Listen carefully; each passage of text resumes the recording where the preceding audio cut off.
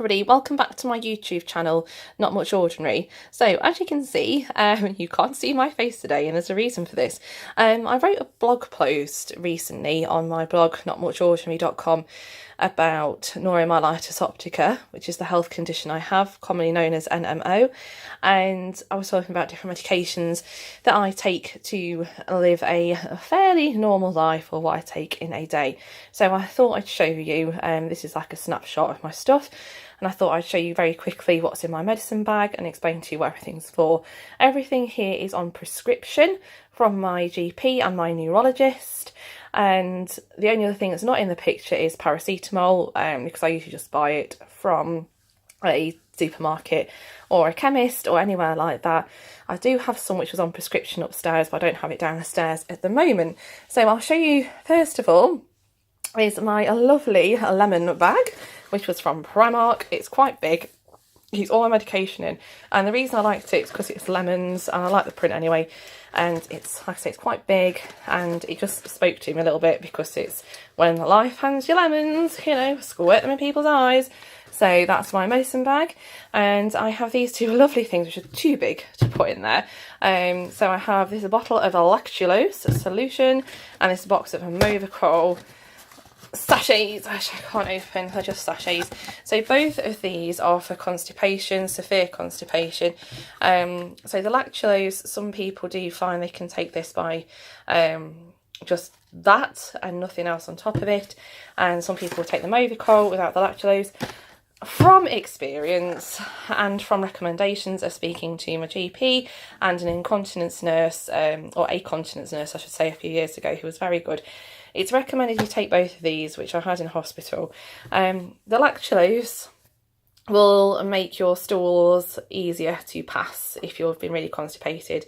Like, I hadn't opened my bowels for 6 days when I had this, and I've had it in the past. It tastes quite sweet. I don't have to take it every day. I was when I was in hospital, and sometimes I do need to. At the moment I don't. And it has the dose, and you take that twice a day. I think it's like 10 ml or something like that. So that will draw the fluid out of your body to soften your stools up, making it easier to pass. The Movicol is the real tough stuff. This one, hang on if you're having this one. This works well with this because this will give you the sensation, apparently, of needing to open your bowels. It's not the most pleasant thing to taste. It's laxatives. It's not going to taste pleasant, but my goodness, it works. This will make you want to go to the loo. If you don't have the lactulose, you will go to the toilet. It might not be that pleasant. So, personal recommendation, obviously you speak to your GPs and your doctors and you do what's right for you and you follow their advice. This is just what works for me.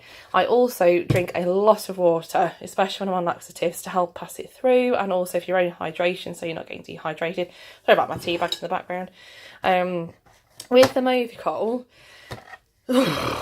you mix it with water, and I tend to have it in a glass of water, not like a pint glass, just a small glass, and I'll have a separate glass of water next to it, and I'll kind of sip the one glass of the Movicol, give it a stir, have a sip of water out the other glass, because otherwise I don't think I'd get it down, because it's not that pleasant, but it works. So that's those. So in here, I'll just show you, briefly. You can see my side. Okay, so excuse the rummaging. As you can see, it's quite a few things. So the first one, my calcium tablets, Adcal, they're calcium, vitamin D. I have 4 of those in a day, 2 in the morning, 2 in the evening. That's because I'm on steroids, which is prednisolone steroids. Let me find them. So I was on 60 when I came off IV. I've been tapering. I went to 50, 40, and now I'm on a 20. Oh, 50, 40, 30, 20 instead, yeah. So that's steroids. They're just tablets. So they come in 5mg tablets. So you have to make up the dose to whatever you need. In this big box here is my gabapentin. I think some people know it as Lyrica. This is 100mg. I tend to have up to 400mg a day, depending on the pain. That's for nerve pain. So for me, this time around with my relapse, I've been having quite a lot of buzzing, where you get like tingling down your legs, around your ankles, around your feet, and it can be quite severe. So the other day, I actually looked at my foot to make sure I'd not got, stepped on something. I do sometimes get hot and cold patches, or just real dull aching, so I take gabapentin. I know some people take pregabalin. Again, this is on prescription, and this is advice of my GP and my neurologist. This one here is a frutamide. So the frutamide is a water relief retention tablet, 20 milligrams. And my advice to my GP, I will only take these one a day for a maximum of 3 days. Again, loads of water so you don't get dehydrated. So with those, because my body tends to like to hold on to water because of the NMO, because of the lasting scar damage on my spine, it tends to hold on to water quite a lot, and I think it's something to do with the kidneys from what I was told in the past as well. My kidneys work fine, and I think it's something to do with how it all gets metabolised in your body. I think with the steroids as well, it does make you retain water, so the frutamide can help you wee if you are having trouble passing water, or if you feel really bloated, they will help you go to the toilet quite easily.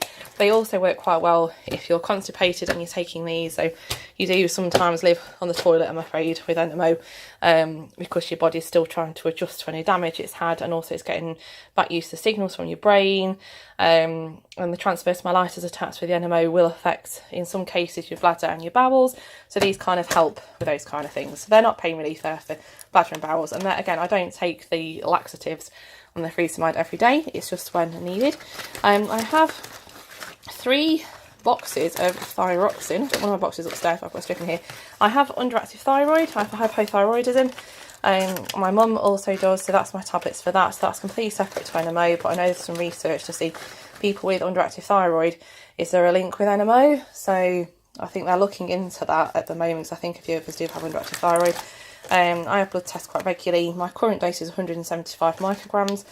I was diagnosed when I was I 13? I'm 33 now. So I'm very used to taking that, and that is every day, and that's prescription and doctor. So not very interesting, that's what that is. Sorry, it's not a very interesting video, I just thought I'd show you what I take. Codeine, I have on prescription 30 milligrams. Codeine is a very good, strong opium-based painkiller, but it makes me constipated. So you have to weigh up between, okay, am I constipated? I'll probably allow off the codeine. If the pain's bad, I'll just have it and put up with it. But personally, for me, it makes me really constipated, so I try not to take it very often. This box is a omeprazole. Again, this is prescription. You have one of these in the morning, half an hour if you have food, and it protects your stomach against stomach ulcers from all your medication. And I don't know if it helps with acid reflux as well. I think if you're taking a lot of medication. Well, that's my discharge letter. And the other one I have in here, which is hiding, is, oh, here we go, is some ferrous fumarate iron tablets. So anemia seems to rear its head sometimes with me. They think it's because, unfortunately, I have heavy periods, which is one of those things, and also because I have regular blood tests because of the NMO, and they're monitoring my liver function and full blood count, which I've had done since I got diagnosed in 2014, so we're the beginning of 2019 now. So having regular blood tests to check for that, and also to check for my thyroid levels. Obviously, it's a lot of blood being taken all the time. And the other day, I did have a bit of a dizzy spell. And I thought, oh gosh, and I had some iron tablets, so I'm back on those, and I did feel much better. Again, their prescription. I think you can buy weaker iron tablets over the counter, but obviously do speak to your GP if you think you might be anaemic. Mine got picked up with my full blood count blood tests. So that's what's in my medicine bag. Years ago, I did have like a tablet organiser where I'd put them in for the day, but I don't tend to need that now. I'm so used to taking the stuff. I know what I'm doing, and I've sometimes, I'm my worst enemy, that I'll go out and forget things, like my gabapentin, so I do sometimes carry that with me, not very often, but it depends what I'm doing, where I'm going, and what's happening, how I'm feeling. The main thing I will have in my handbag is codeine and paracetamol. I can't take ibuprofen on advice of the doctor because it's an anti-inflammatory, and the steroid is an anti-inflammatory, and the reason you can't see an immune suppressant in there at the moment is because I'm with steroids at the moment, and we're looking at swapping over my immune suppressant drug to possibly azathioprine, which I'm going to be discussing with my NMO doctors at the Walton Centre in Liverpool. Very, very excellent team there, Dr. Jacobs and his team, and also my neurology team, Dr. Gilmore and his team at the Queen's Medical Centre in Nottingham. So that's all in the process. But just to show you, this is kind of what a typical day might look like for somebody with NMO to kind of function throughout the day. And obviously medications can change and vary. So there we go. So any questions anybody's got, do let me know. Perhaps it might help you understand your medications, or you might be on, or why, you know, you might be caring for somebody or living with somebody that takes a lot of medication, you're not quite sure what it's for. This is just my personal medication, and it will vary from person to person, and it is reviewed regularly. But I just wanted to show you. So thanks very much for watching, and please subscribe and give me a thumbs up. Take care of yourselves, be kind to yourselves. See you next time. Bye.